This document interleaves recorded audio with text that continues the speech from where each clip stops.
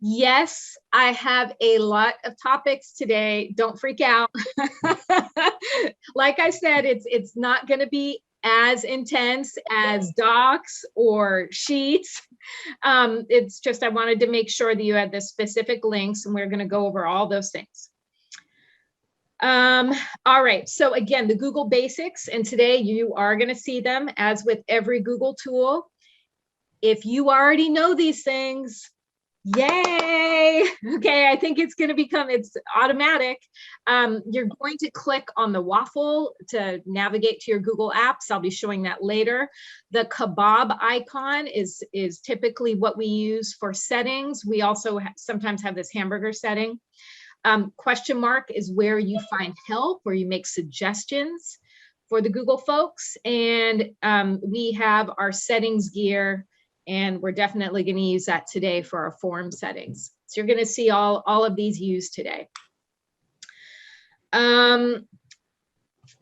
What I want to start out with, and this is the link that I need to put in the chat for all of you. I'm going to escape out of full screen, and I'm going to copy this link.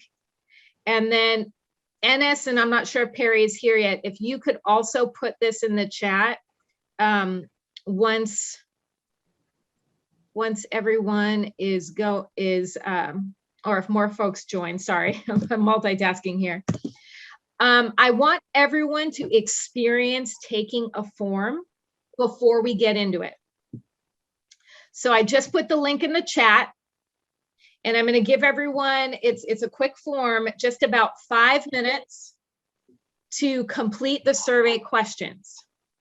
So when you click, if you go to this link, bit.ly/ and make sure you use uppercase COG, that's for Champions of Google, fun form. You should get to a survey that has these beautiful spring vases with flowers in them. And it'll say Champions of Google Basic Forms. And I believe there's 6 questions on there. Only 5 of them are required.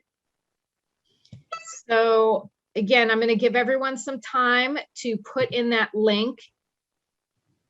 And if you're wondering, well, where do I put that link, or what do? I open up a new tab in Google. And where it says search Google or type URL, that's where I'm going to put that link, or type it in and just press enter. And this is the page that it should come to. So I'm going to go ahead and again present this large so you can all see that bit.ly.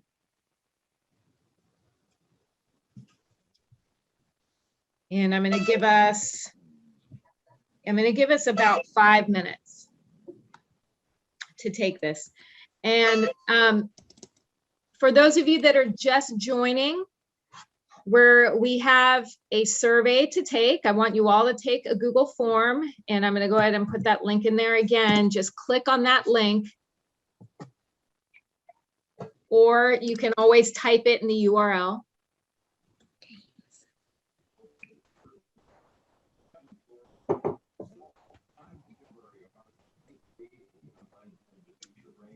And hopefully the questions are fun.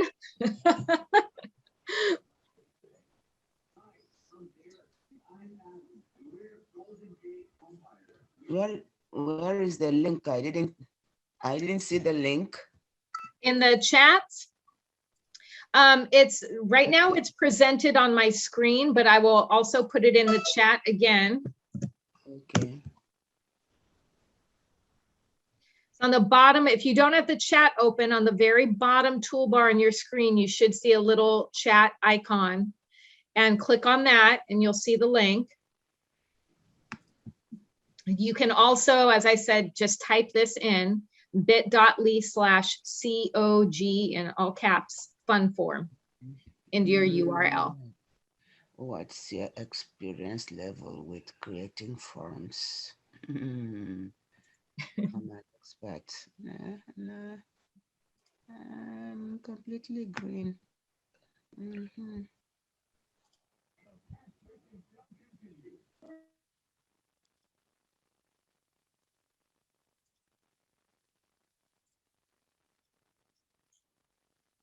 have fun with the other questions. And please do share anything funny that happened to you yesterday.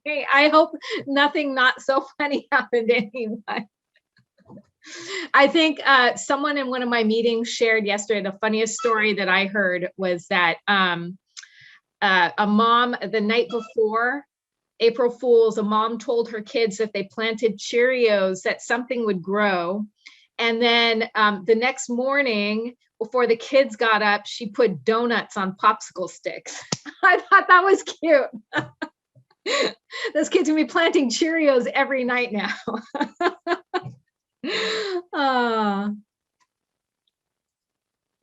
Whoops, we're not there yet. So I'm going to give you about 2 more minutes to complete the survey. And I'm giving you the extra time because I want to give you time to share a joke. If you've got one.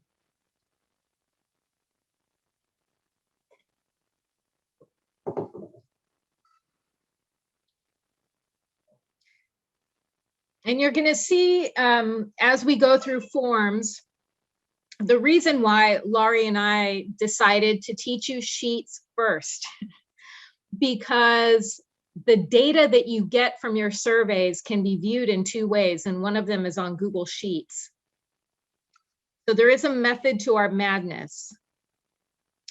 But I'm hoping today, the Friday before our spring break, that this is just the perfect kind of, not too heavy 90 minutes. And you can have a little fun with it.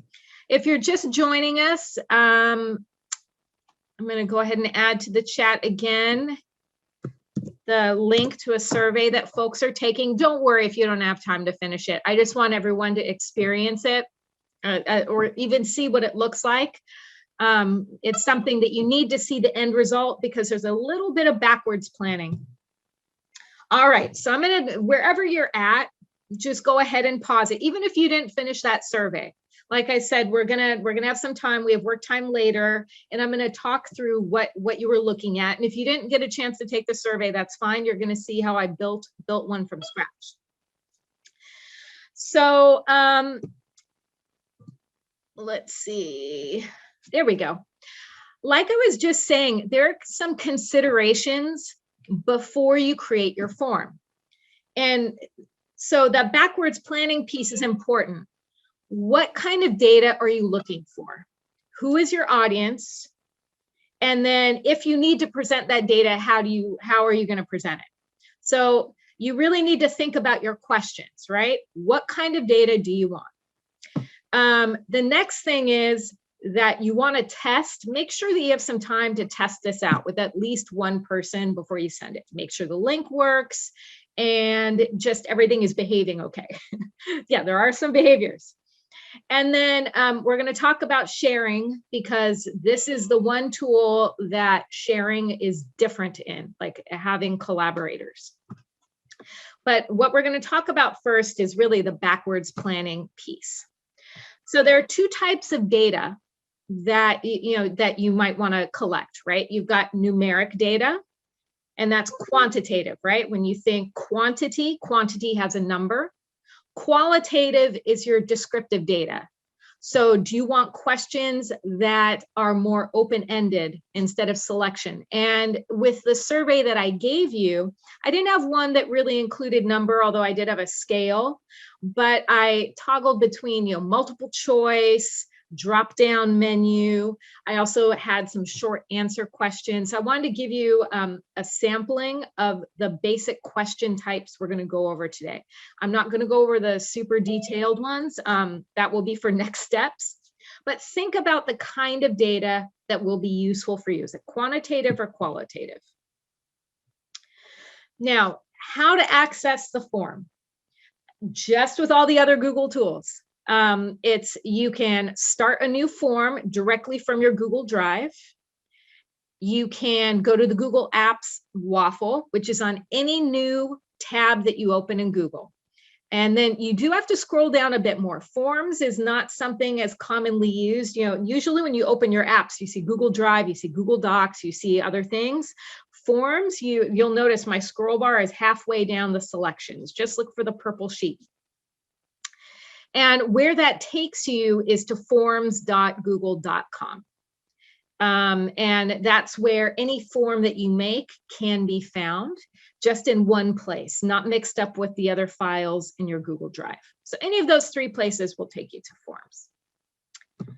Typically, I start from my Google Drive. Now, the quick tour, and this is something you refer back to. Remember, you don't have to hold on to any of this information. I'm going to put it out there first, and you're going to see me refer back to these pieces as we put them in use. So one thing to know about the title that is very different in Google Forms, there are actually two titles. You've got the file title, which is at the very top. That's the one you want to start with. Then there's the public facing form title. And that's why I put there, it's not, this is the publicly viewable one. Your file title is not what people see. So that's why you can have two different things there. And then there's a description. Underneath that, you will have one question box that Google gives you by default. Now, up at the top, these are your different options for the form. There are add-ons. I'm not going to go over those today. We don't need them for basic at all. I am going to go over custom themes. That's the creative design aspect. Preview. So you can see what the form looks like before you send it out. The settings. And that's settings for, or I should say permissions for the folks taking your survey. And then there's more, and those are some other settings we're going to go over. All of the question or the form title box is going to have these options. So you're always going to see these on the side, always look for them. These are how you add to your questions or how you just add a question. That's where the plus sign is. It's going to be on the right side. Okay. So for the form preferences, I would say, and I usually do this at the beginning, and that's where I was showing you at the top, the three dots, the kebab menu. And I'm going to go in, you know, when I open up a new form, and I'll show you this. My preferences for every form I make, because I will forget if I don't do this, is to make sure I collect email addresses. Unless you want to make that form totally anonymous, right? But typically just, I always have that it's going to collect email addresses, and also that the questions are required, because sometimes I forget there's a little toggle switch, and sometimes I forget to toggle that on. And if you don't do that, people can just go through the form and not select anything and just click submit. And we don't want that, data loss. So those are the preferences that I select right away when I'm starting a form. So after this, I'll show you, because I'll jump in. So as I was saying, to title the form, remember you've got the file title that can be specific to you. And then there's the form title that is public facing. And then you have a description that you can add. And those are just the first two steps. So let me escape out of here, and I'm going to go to a new form. And I think I'll just do it by opening a tab and going to my waffle. And as I said, see, when I first click on it, I don't see forms. I see all the other commonly used Google tools. I have to scroll down, and there is forms. And it took me to forms.google.com. I'm going to go ahead and just start, and you'll see those are my recent forms that I made. I'm going to just start with a brand new blank form. The first thing I'm going to do is just make the file title. Remember, so everything is saved in my Google Drive. As long as I've got that title on there, I can find it. So I'm going to put practice, I'll just leave my caps. I'm going to say COG session form. Okay, so when I type one in at the top, then it populates it for the public facing title. It does not do that vice versa. So if I put in a title for this public facing, it will still say untitled at the top. So that's why I start with the file name, because I can always change this. I'm going to call it Fun with Forms. whoops, fun with forms. There we go. So that's what folks will see when they actually take this form. Now, if I wanted to add a description, or I wanted to add some other link for folks to reference, like maybe there's a document that I want folks to reference, I can add those links or any other information I want in that description. Now you can see here, it's saying the form is automatically collecting email addresses for West Contra Costa Unified District. And that's because I put that in my settings, my preferences. And you go to those preferences by clicking the kebab, go down to preferences, and that's where I selected collect email addresses and make questions required. I can also switch those off, like I said, if I wanted to. Now, let's see. As far as questions go, let me go back to my slide deck.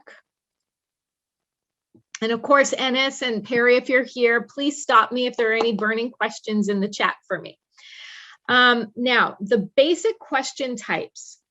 As I said, Google's going to give you this one question space just to start with. There are some icons and things that I want you to know about before we jump in, and I want you to know what I consider the basic question types. So when you click on the drop-down menu for a question, you will see all of these choices here on the left. The ones that I consider basic are really the text answers, right? Because sometimes we want that qualitative, the descriptive data, short answer, paragraph. Then there are, the multiple choice check boxes and drop downs. Those are all, basic question types. I'm not going to talk about file upload. And I'm not going to do date and time. I think, that's pretty self-explanatory too. You just enter some dates and times and folks can choose it. I did show a linear scale. Now, these other grid types, I'm not going over today. Laurie, you can check that out in the next session. Those are a little more complicated because of how the data comes out. So I'm going to stick today with short answer, paragraph, all of the multiple choice or multiple selection options, and the linear scale. Now, at the bottom of the question box, these are the icons that can be helpful for you.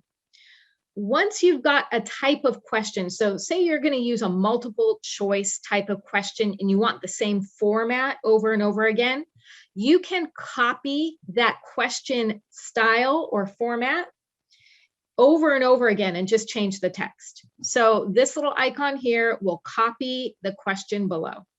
If you want to delete a question, just hit the garbage can.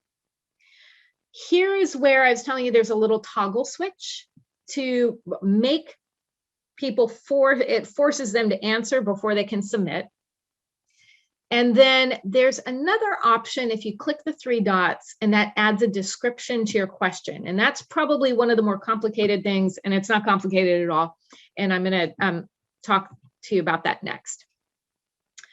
So when you're typing in your question, in the question space, you want it to be as concise as possible. And that's because if you are looking at your responses in a spreadsheet, whatever you have as a question is the title of the column of your spreadsheet. So if you've got a paragraph question, it's just going to impact how you view the data on a spreadsheet. So I like my questions to be super concise, but then I add an optional description. So you'll have noticed that you saw the short question and then a full question underneath, because that descriptive question does not show up on my Google Sheet. So so number one, you don't have to do that. I'm just recommending if you have a super long question, use that optional choice. Make it short here at the top, and then put anything descriptive underneath. The second is you select your question type, right? What type of data do you want to receive? And the last thing is toggle on or off that required response. Okay, let's get out of there and go into a question. Darcy? Yes. Somebody had a question about how you can translate a form to a different language. That is a very good question. I would have to use Google Translate for that. So I would copy the text and then I would paste it. I'm wondering, you know what, I haven't tried. That's a good question. Let me come back to that when we're viewing the form that I made, because you might be able to just use the Google Translate extension to change that whole page to another language. I'm pretty sure that works. I just haven't tried it. Also, I found some instructions for translating a doc on, in Google. So this also may help. Okay, great. Yay, thank you. Yeah, that would be great.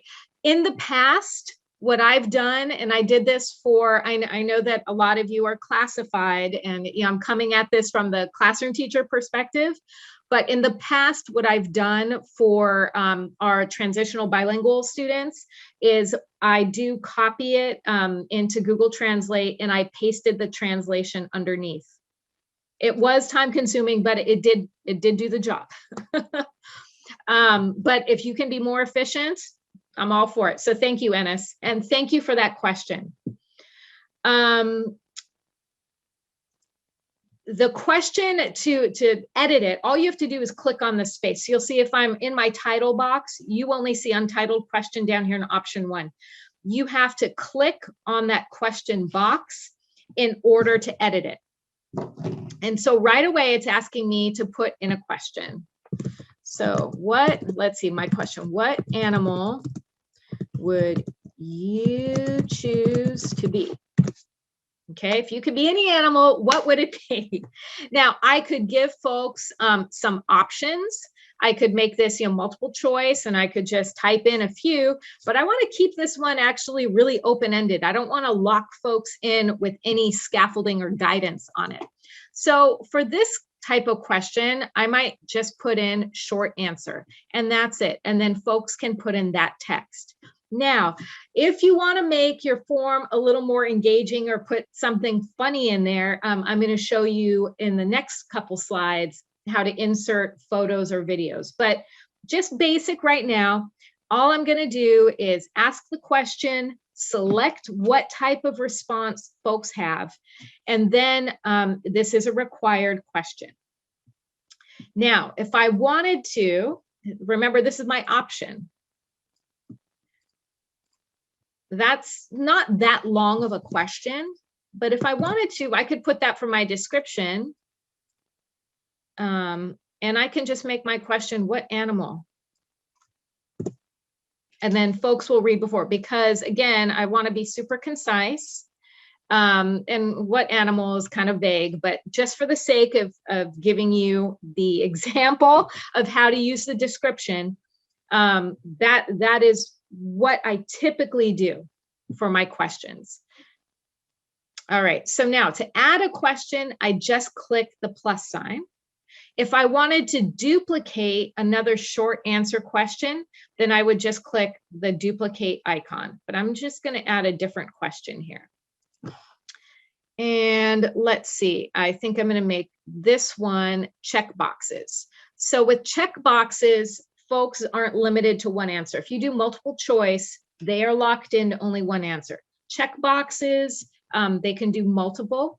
And drop down, again, it's like multiple choice. They can only choose one, and you probably saw that in the form. So check boxes.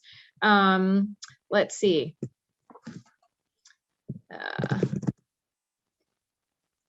What types of candy did you eat this week? Okay, I'm sorry, I'm thinking about Easter. When I was a kid, like I could not wait until the after Easter sales, when they put all the jelly beans and all of the Cadbury cream eggs on sale. It's so horrible. I don't do that anymore. Okay. Reese's, whatever Reese's things that they had, I always did. Okay, so you get the hint, all right? So that's, and I could add another option, and it could just say, here I can just select, actually it says add other. So I'll make this none and then add other. Okay, so I'm done with that question. All right, now I'm going to go back to my presentation because I want to show you how to add images and icons. I only added one image to my form. It's something that I don't want to spend too much time playing with, but you can add images, you can add videos.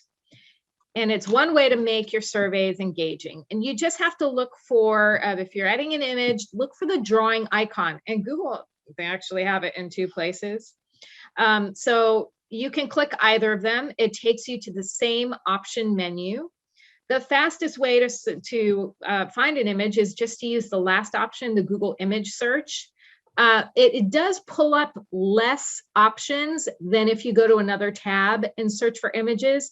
So if you click the Google image search, you're not finding what you wanted, just switch over to another Google tab. But that's all you have to do is click. You can also use your camera. You can take a selfie and select that. Videos are pretty much the same. It's the same thing in terms of you select the video icon. But what I want you to just remember is Google owns YouTube. They only let you add YouTube videos. You can search for them, or if you have a specific URL, click URL. But just know that if you have a link to a video and it's not a YouTube video, you are not going to be able to add it there. The only way to add that link is to put it in the question description line. So I'll go ahead and just show you that. And I think, yep. Whoops. Let me go back and make sure I've got another screen open that's got my table of contents so I don't forget. We're already halfway through. So let's see, on my practice form, if I wanted to include an image of, say, jelly beans, so I'm going to go click on my Google image search and I'm going to put in, let's see what they've got for jelly beans. I love Jelly Bellies so much. Okay. So I could just click that image. You have to select it. And then that blue bar at the bottom has to show up. And then you click insert. And there is the image. Now, the same thing, I'm going to go ahead and remove it. So you can click. Remember, you can click on when you see the kebab, that's your options. You can select different alignment. You can add a caption. I'm going to go ahead and remove it for now because I'm going to look for a video. So I'm going to search for Easter candy. Easter candy party. Let's see what comes up. Last minute Easter treats. Dessert recipes. Okay, there we go. I'm going to select this one. And whoops, that did not put it in where I wanted it to go. Oh, okay.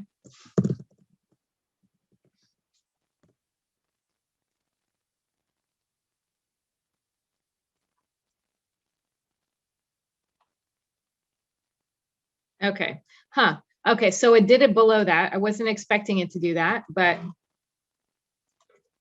I want to see what it looks like on the preview. So we will look at that in a second to see how that showed up, because I might need to move this around. The 6 dots that you see in the box, that enables you to switch the order of your questions, by the way. So you can always move just by grabbing and dragging. I'll go ahead and put that one back up there. Okay, actually, I'm going to preview it now to see how it looks. So you'll notice there's a little eyeball here. When you click that, it enables you to see the form. Okay, yeah, so I did need to move it above it. So you could put, and I know some of you are paraprofessionals, so you could put an explanatory video of something for your students in there that kids watch, and then they answer your questions. So that's an option. Okay, so now I'm going to go back to the presentation. We're going to talk about customizing it in terms of color and just design and layout. and you have limited options. It's funny, Google has kept it very straightforward. You really only have 3 options. You can choose an image, and they give you options to choose from, or you can upload an image. I will tell you that uploading your own image is a little tricky because you can only have certain pixels, which is a certain size. And sometimes it's too labor intensive to customize that. So I don't know, typically I just choose ones that Google provides me because it's fast. But you can customize the theme color, the background color, and then the font, which is, there are only 3 different types, I think.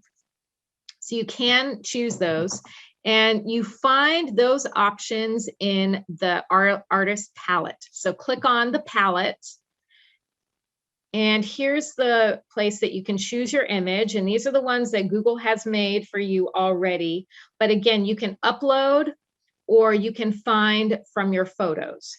And again, uploading our photos might require you to do some additional sizing, and it might be a pain. So go through their different options first and see if there's something you like. The font style, okay, there's 4 styles you can choose from, and that's it. So they keep it pretty basic and straightforward. I'll change the color so you can see what that looks like. And I can also, I have a few options for the shade. All righty. Now we're going to get into a little more nitty gritty. Adding collaborators. And this is where Forms is different from all the other tools that we've talked about. There is only the option for collaborators to be editors. It's not like Google Docs or Google Sheets where you can allow folks view-only access. So Laurie and I do not make folks collaborators on our forms unless we are okay with those folks making edits. Because they could, decide that they didn't like the wording or they don't like the choice. Folks can make all sorts of changes and not realize it's not their own copy. So typically, we just keep everyone as view only. Make sure when you're looking at, if you click on add collaborators, make sure it does not say West Contra Costa Unified School District. It should say restricted. If you see West Contra Costa Unified School District, click on it and make sure it says restricted, because if you open that up, that means anyone can edit it. And you'll see when you click on that arrow in that drop-down menu, you only have the edit option, the editor option. So just be selective on who you add as a collaborator. If someone sees your form and says, oh, I really like it, can I have a copy of it? That's what you need to do. You don't add them as a collaborator and share this version. You make a copy and share that. And you'll see, because I made a template for you to practice on, that's a copy, and that's what I shared. Now, changing the submission settings. These are the permissions for who is taking your form. I'm only going over 2 of them today. And that's because with Champions of Google, this is more geared towards classified. I'm not going to go over quizzes today. If you are a paraprofessional and you want to know how to give quizzes, come to this session that we do for Google for All, because that's geared more towards teachers. Those are the ones we do on Wednesdays from 9 to 9:45. So I'm just going to talk about, general and presentation. So like I said, my settings, you can decide if you want to collect email addresses and if you want to give folks response receipts. I've selected, I just want to give it if folks request it. You can restrict to users in West Contra Costa, or say you want parents or families to be able to take your survey. Toggle that one off. If you don't mind folks taking the survey twice, then don't limit it to 1 response. But if you want to make sure folks only do this once, then that's where you would find that option. You can also give folks the ability to edit after they submit and just see a summary. In terms of the presentation, If you're going to give them the option to take the survey again, you can give them a link to submit. You can also show them a progress bar so they're not dying like, how many questions does this survey have? You know? And then I like to customize my confirmation message, and I did customize mine at the end of the survey if you did take that. So where do you find those things? So let's see, I went over, I'm looking at my other thing, the form theme, and then adding collaborators. Whoops. Okay, so the first thing is, settings here. This is where I just showed, general, the collecting email addresses or not, and you can toggle off if you want response receipts. You can toggle off restricting it to West Contra Costa. I usually toggle on, limit to 1 response. And if you want folks to be able to edit it, maybe they changed their minds, go ahead and toggle that on. And then presentation, I think progress bars are nice to have. Here's where you can add a custom message. And if you wanted to leave folks with a funny video, you can add a URL for another link, and they can click on that too. So you can send something at the very end that's kind of like the dessert after they took your survey. So I'll just put thanks for being here. Okay, save, done. Now the collaborators, that's those options you'll see when you click send, and then you can click add collaborators if you're going to add them. And remember, what you're looking for when you click on that is that it says restricted, and then you will add any specific person that you want to be able to edit your survey. All right, let's see. What else have we got? We're almost through. So sending is next. So there are 2 ways to send the form, and that is either by direct email. And when you click send, it's like I just did a second ago, the first option you will see, it's email. And because it's linked to Google accounts, when you start typing a person's name, it's going to pull up their WCC address already. So that can be a quick way to send your form. I do not recommend including the form in the email. That means they would see it in line with the email. I haven't found that to be a good option, so I usually keep that off. It just gives them the link and they click on it. I've found more success with that. And it's just because of the way things are laid out. And then what I did in sharing the link with you in the chat is the second option, and you just click the link. It's going to give you this huge long link. Always just click shorten URL. It's still not that short, but that's a lot shorter than what it was. And it reminds you, press Control-C to copy. You can paste that in your Zoom or your Google Meet, and share it directly with folks. All right. Let's see what's next. Yep, viewing form responses. So we're near the end. So again, to share with folks, I go up to this purple box, click send. My first option is by email, and as soon as I start typing someone's name, it's going to pull up their Gmail account. Or I can click the link and look at that huge long link. I'm going to press shorten URL, done. I can just copy it and I can paste that in the chat, and you guys could take that survey. That's how easy it is. All right, now the last part of this is how you view the responses. And you'll notice in the slide deck that I didn't put a lot of pictures of it. I'm showing you how to do it, but we're going to actually take a look at my survey. There are 2 ways to view the form data. And that's why Laurie and I did Google Sheets last week, because a lot of you might choose that second option. The fastest way is at the top of your survey to just click the word responses. When you're looking at your form, your default is where it says questions. So you do have to click and toggle over to responses, and you just scroll down. But if you've got a lot of responses, then I recommend that you select Google Sheets. And what you're looking for is a little tiny green Google Sheets icon on that responses tab. And you're typically going to create a new spreadsheet.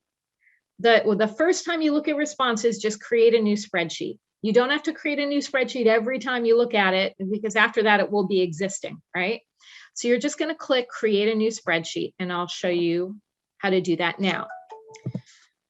All right, and that's the last thing before we go to practice.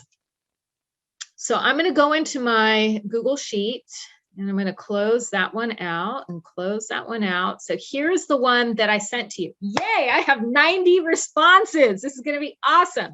So notice it says I'm on the questions. This is what you took. I'm clicking on responses, and I can see right away, because I collected email addresses, I can see everybody who responded.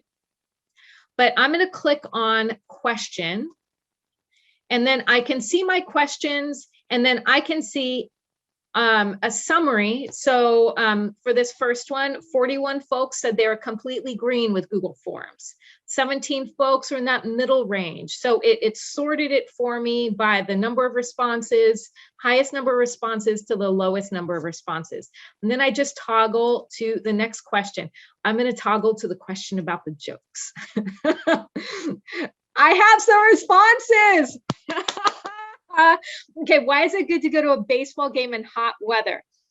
It is good because there are plenty of fans there. Oh, that's awesome. Okay, I'm not going to show you all the jokes because I'm going to use them in upcoming weeks, but thank you for sharing. Okay, so I can also click through and see. So if I click on individual, I can select a specific person's name, and I'm not going to, show their responses, but I could select a specific person's name and see exactly how they responded. Now, here is the Google Sheets option. See, it's so tiny up there. I'm going to click where it says create spreadsheet. Oh, by the way, I should mention this.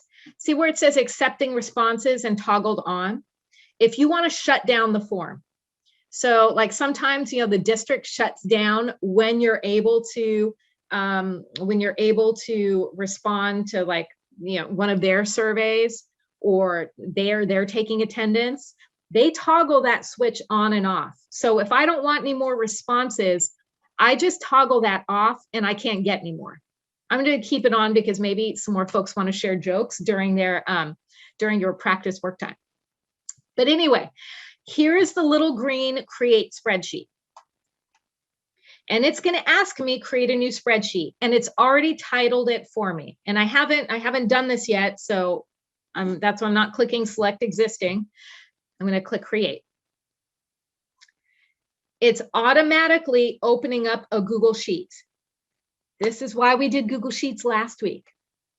Now, remember what I was saying about your questions and why I make the questions concise? Because here, the column width, I can see the most important part of the question is I'm scrolling down. I can see what folks' dream superpowers are. I can see what folks hated sharing, their candy, their dog, their toys. If I had a super long question, I would have to, I could still use text wrapping. That's another option. Okay. I'm not going to get too deep into that because we did sheets last week and I don't want to blow your minds. Using the sheet is just your option, because remember, you can view all of your responses just by clicking the word response and then scrolling down and looking at what folks answered. And that's it. So I'm going back to the presentation, and we have at least 35 minutes to practice. Now, what I did was I'm going to go ahead and copy this link for you. I made a practice template for you that is just a copy of what I already did, of the form that you took. So you have some questions already to look at and to play with and to edit or modify. But remember, you can always add your own questions from scratch just by clicking that plus sign and clicking add, add question. So let me put that template in the chat. And what I recommend that you do in your breakout rooms is that, make a form and then share it with someone in your breakout room, and make it as silly as you want because it's Friday. So it doesn't have to be a long form. Just test it out. Test the different options.